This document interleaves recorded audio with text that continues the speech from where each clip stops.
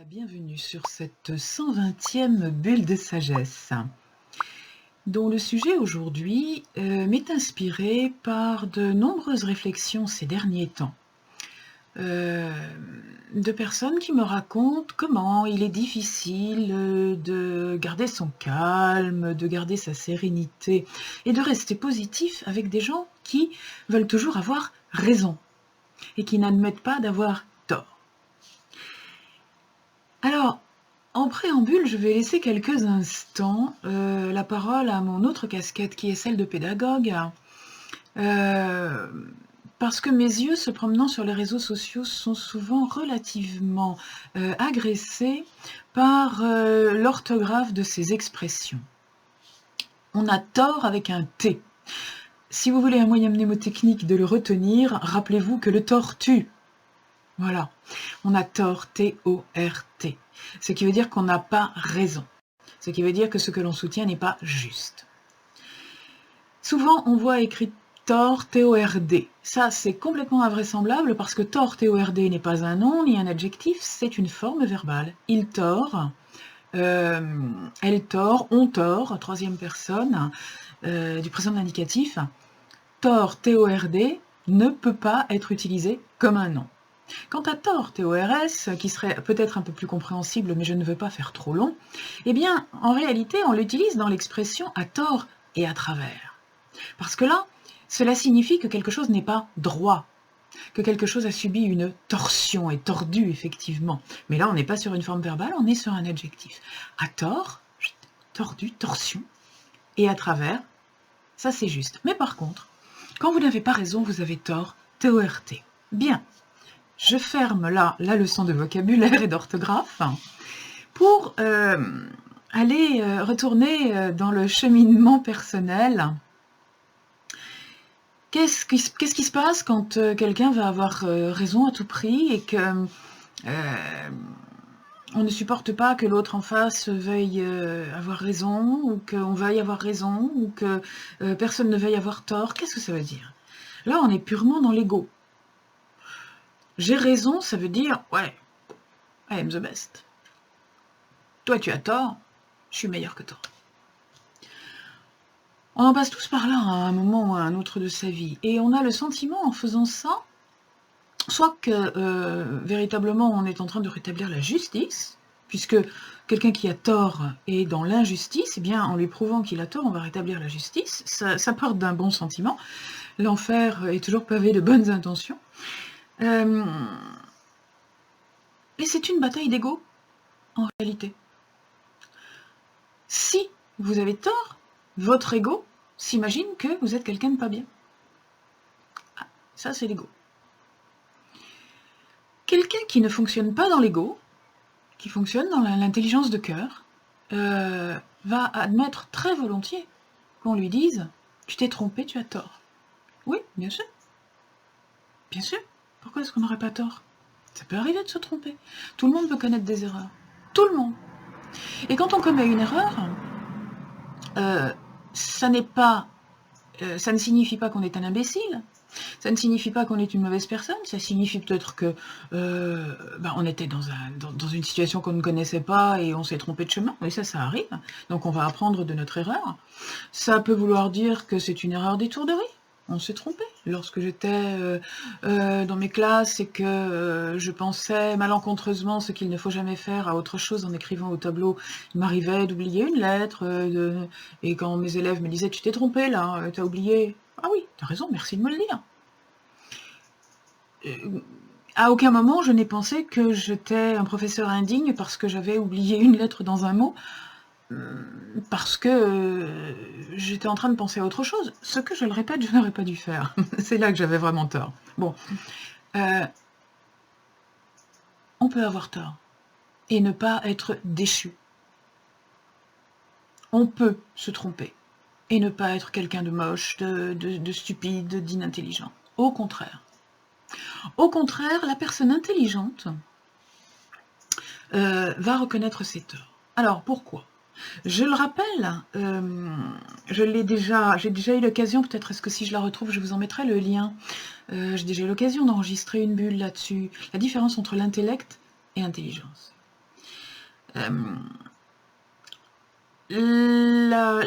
Ce que l'on appelle intelligence et qui repose sur l'intellect, donc qui est une fausse intelligence en quelque sorte, une intelligence artificielle, je dirais, tiens, c'est tout à fait ça. L'intellect, c'est l'apprentissage d'un processus et sa restitution et sa capacité à l'appliquer. Ok. Donc quand on se trompe, quelqu'un qui est vraiment dans l'intellect, qui fonctionne que dans l'intellect, et qui se trompe, va se considérer comme mauvais parce qu'il a mal appliqué son processus. Il a mal appliqué son processus, il l'a mal appris, en fait il est en faute. Il y a une notion de culpabilité. J'ai pas fait bien, je suis pas à la hauteur de ce qu'on attendait de moi. La véritable intelligence, que j'appellerais aussi l'intelligence de cœur, qui est l'intelligence au sens étymologique du terme de la capacité à comprendre les choses, c'est la démarche de quelqu'un qui n'a pas forcément appris, qui a appris des bases évidemment, comme tout le monde, a appris à parler, à lire, à écrire, à compter, mais qui n'a pas appris des processus pour les appliquer, et qui les découvre, et qui par le cheminement qu'il ou elle fait dans la découverte et dans la compréhension des choses, va accéder jusqu'au concept. Pour prendre un exemple très simple, on apprend les chiffres ou les lettres. On apprend que ce signe-là, c'est un 2, que ce signe-là, c'est un A. Ça s'apprend, évidemment, puisque c'est une convention. Mais apprendre à additionner, à soustraire, à multiplier, ou à diviser. Diviser, c'est un peu plus compliqué, puisqu'en fait, ce n'est pas une opération, mais c'est une succession d'opérations. Mais apprendre à additionner, soustraire ou multiplier, il y a deux manières. Soit vous apprenez par cœur une table d'addition, de soustraction ou de multiplication, et vous vous rappelez que 2 fois 2, ça fait 4. Soit vous visualisez le fonctionnement de la multiplication. Vous visualisez que si vous prenez 2 bûches pour les emporter devant votre cheminée, parce que vous avez 2 mains, et que vous retournez en chercher 2 autres, vous faites un deuxième voyage avec 2 bûches, vous aurez fait 2 voyages avec 2 bûches, et vous aurez apporté 4 bûches devant votre cheminée. Et là, si vous êtes capable de faire ce raisonnement, vous aurez compris le fonctionnement de la multiplication. Ce qui veut dire que vous serez capable de faire n'importe quelle multiplication, même si vous n'avez pas appris le résultat d'une multiplication dans une table. Parce que la table, c'est bien joli, mais ça a ses limites. Donc, vous voyez, c'est un exemple très simple. Apprendre les lettres pour apprendre les syllabes, pour apprendre à confectionner des mots, pour apprendre à confectionner des phrases, ok. Ça, c'est un apprentissage. Il faut mémoriser la forme des lettres, il faut mémoriser le son des phonèmes, ok. Mais on n'apprend pas à écrire un livre. On n'apprend pas à tourner les phrases. Pour autant que certains veuillent faire des masterclass d'écriture pour vous apprendre à tourner les phrases à la Victor Hugo ou à la Henri Troyat, si vous n'avez pas un petit quelque chose de littéraire à l'intérieur de vous, eh bien vous n'écrirez jamais un bouquin. Ou en tout cas, personne ne le lira si vous l'écrivez et qu'il n'est pas bien écrit. Voilà. Donc ça, c'est la différence entre l'intellect et l'intelligence. L'intellect peut vous mener très loin. Jusque dans un ministère, les ministères sont pleins d'intellos. Plein d'intellectuels qui passent leur temps à appliquer des choses qu'ils ont apprises. Mais, que ce soit dans les ministères ou ailleurs, les gens qui fonctionnent uniquement sur l'intellect, dès qu'on les sort d'un cadre, ou dès qu'ils ont un trou de mémoire, ou dès qu'ils ont mal mémorisé, ils se plantent. On les sort de leur cadre, on leur demande de faire quelque chose de nouveau, qu'est-ce qu'ils vous disent tout de suite? Ça doit vous alerter. Quelqu'un qui vous dit oh, « mais je peux pas savoir, on me l'a jamais dit. Je peux pas savoir, je l'ai jamais appris. » Ça, vous pouvez être tranquille, c'est quelqu'un qui fonctionne de manière intellectuelle.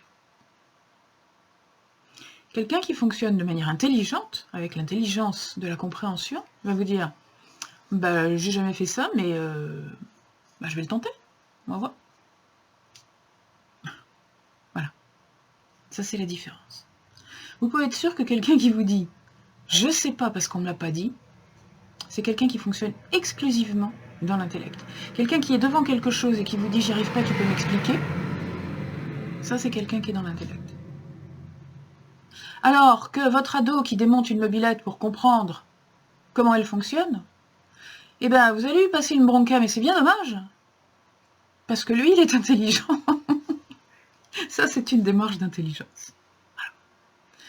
Et il vaut mieux rater un gâteau parce qu'on a essayé tout seul de bidouiller une recette, excusez-moi, que de réussir un truc qui est la recette de tel ou tel grand chef, toujours la même, que vous allez moins bien réussir que lui parce qu'il ne vous a pas donné tous ces trucs d'ailleurs. Alors, j'en reviens à faut-il essayer d'avoir raison?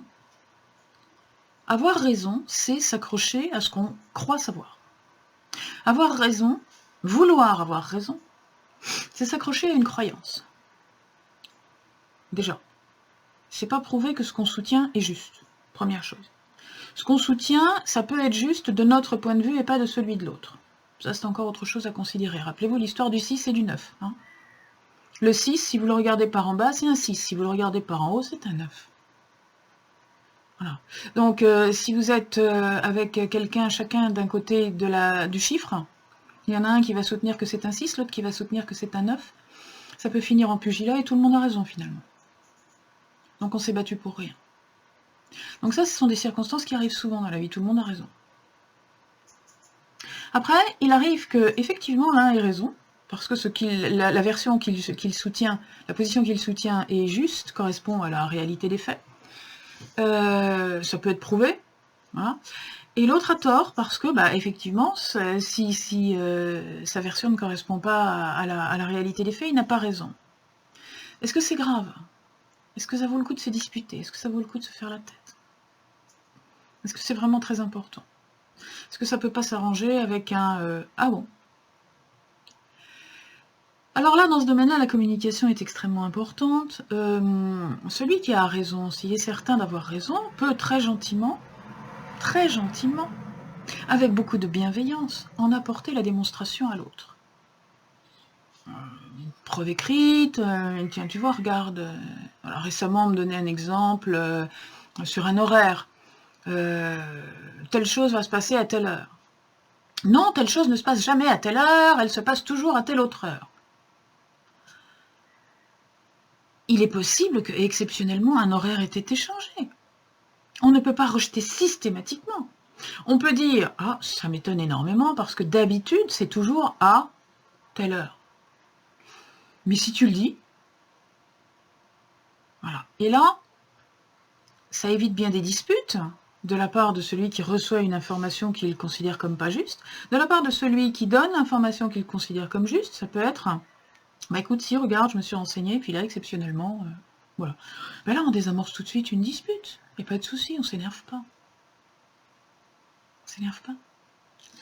Ne pas oublier, non plus, les bases de la communication non violente, ne pas acculer la personne en lui disant « tu as tort, tu es comme ci, tu es comme ça », mais toujours passer par vous, toujours passer par « je ne le ressens pas comme juste, je ne pense pas que ce soit ça. À mon avis, c'est comme si. Personnellement, je ne le vis pas comme ça. Mon besoin, mon ressenti est que... » Vous vous mettez en cause, vous ne mettez pas l'autre en cause. Voilà.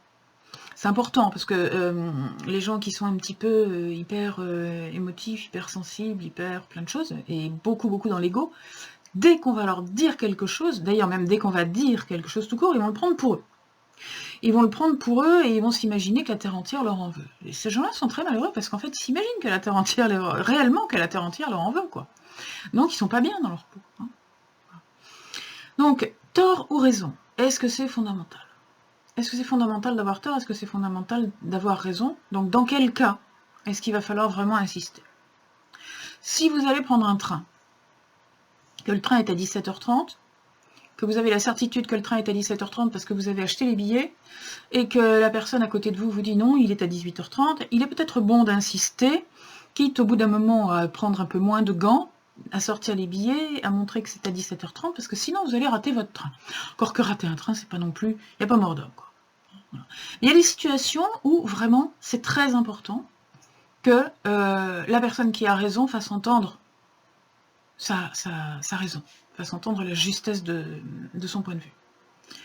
Il y a beaucoup d'autres raisons, beaucoup d'autres situations dans la vie où avoir raison n'est pas important. Notamment toute la série des « je te l'ai dit, non tu me l'as pas dit ». Alors, je te l'ai peut-être dit, et tu ne l'as pas entendu. J'ai peut-être cru te le dire et je te l'ai pas dit. Je l'ai peut-être dit à quelqu'un en croyant que c'était à toi. J'ai peut-être dit quelque chose en croyant que c'était ça et j'ai dit autre chose. Vous voyez, tout ça peut exister. Tout ça peut exister.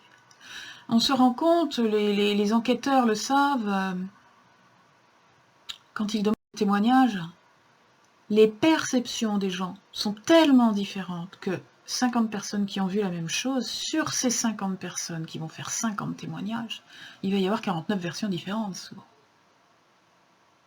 Jusqu'à des choses extrêmement troublantes. Quelqu'un qui va vous dire, c'est l'histoire du pull vert rouge, quelqu'un qui va vous dire, il était habillé en rouge. Un autre va vous dire, mais non, il était habillé en bleu. Ils sont pas daltoniens. Simplement, il y en a un qui a cru voir du rouge et l'autre qui a cru voir du bleu.